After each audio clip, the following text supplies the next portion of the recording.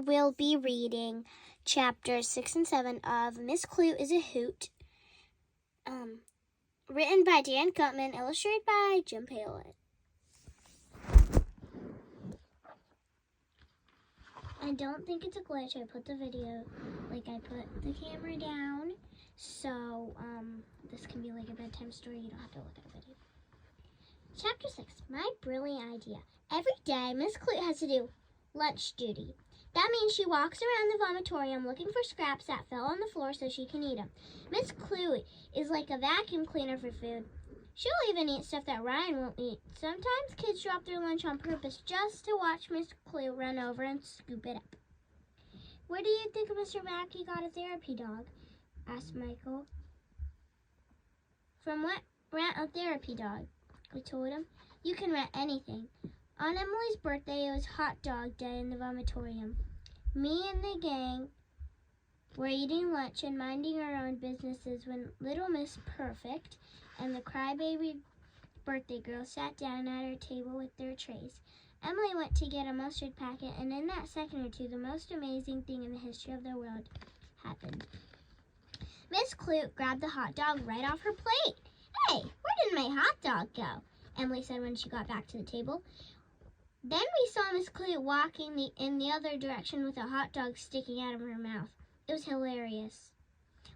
Miss Klute stole my hot dog, Emily shouted. And it's my birthday. We've got to do something. Then she started crying and ran out of the vomitorium. Sheesh, get a grip. What a crybaby. After we all stopped laughing, I noticed that Angie had on her worried face. Don't worry, I told her. Emily will get another hot dog. That's not what I'm worried about, Andrea said.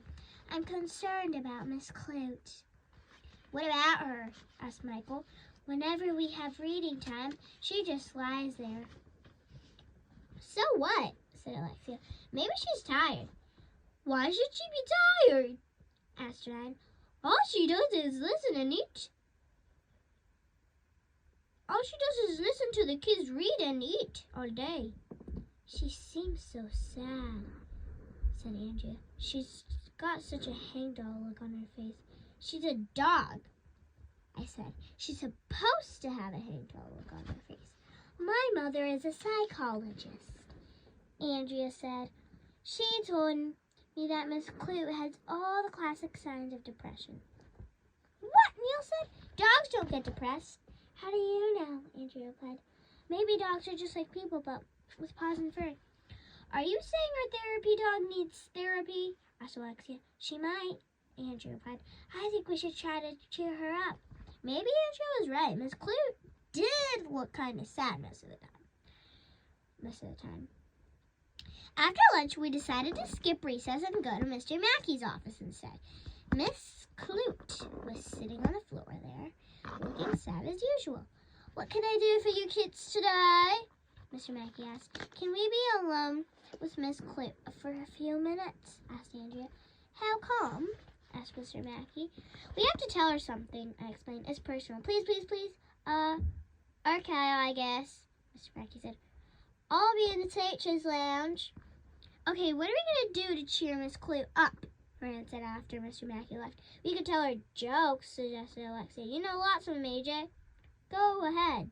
Tell her one. Okay, I said, getting down on the floor next to Miss Klute's ear. Do you know why Skeleton didn't go to the school dance? Why? Everybody asked. He had no body to go with. I said. We all looked at Miss Klute. She just sat there looking sad. Try another one, AJ, said Neil. Okay, I said. Do you know which football team travels with the most luggage? The Green Bay Packers. Get it? Luggage. Packers. Miss Klute just sat there looking sad. She really is depressed, I said. Those are my best jokes. Do you know any dog jokes? Andrea asked. Maybe she needs jokes she can relate to. Okay, I said. How are dogs and marine biologists alike? How? Everybody asked. One wags her tail and the other tags her whale. Miss Klute just sat there looking sad. What kind of dogs does Dracula have? I said. What kind? Everybody asked. Bloodhounds. Miss Klute just sat there looking sad. What do you get if you cross a cocker spaniel, a poodle, and a rooster? I said. What? Everybody asked. A cocker poodle do. Miss Klute just sat there looking sad. Those look so horrible, Arlo, Andrea said. I think you made her even more depressed than she was before. Well, if you're so smart, let's see you try to cheer up, I told Andrea. Maybe she would like it if I just danced for her, said Andrea. I just started taking Irish step dancing classes after school. Andrea takes classes in everything after school. If they gave a class in nose picking, she would probably take that class so she would get better at it. We all rolled our eyes as Andrea danced around Mr. Mackey's office. It was weird. And it didn't seem to have any effect on Miss Klute. She just sat there staring at Andrea. See, you can't cheer up either, I said.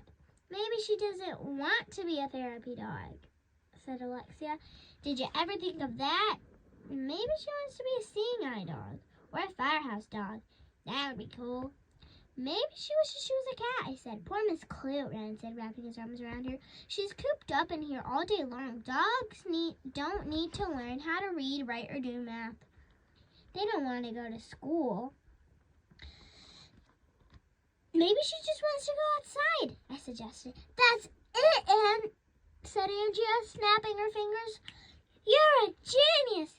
Ooh, Ren said. Andrea called Adria a genius. They must be in love. When are you going to get married? Asked Michael. If those guys weren't my best friends, I wouldn't hate them. Never say that you hate someone. And that is the end of chapter 6. I know I said I would do chapter 6 and 7, but stay tuned for chapter 7. Bye!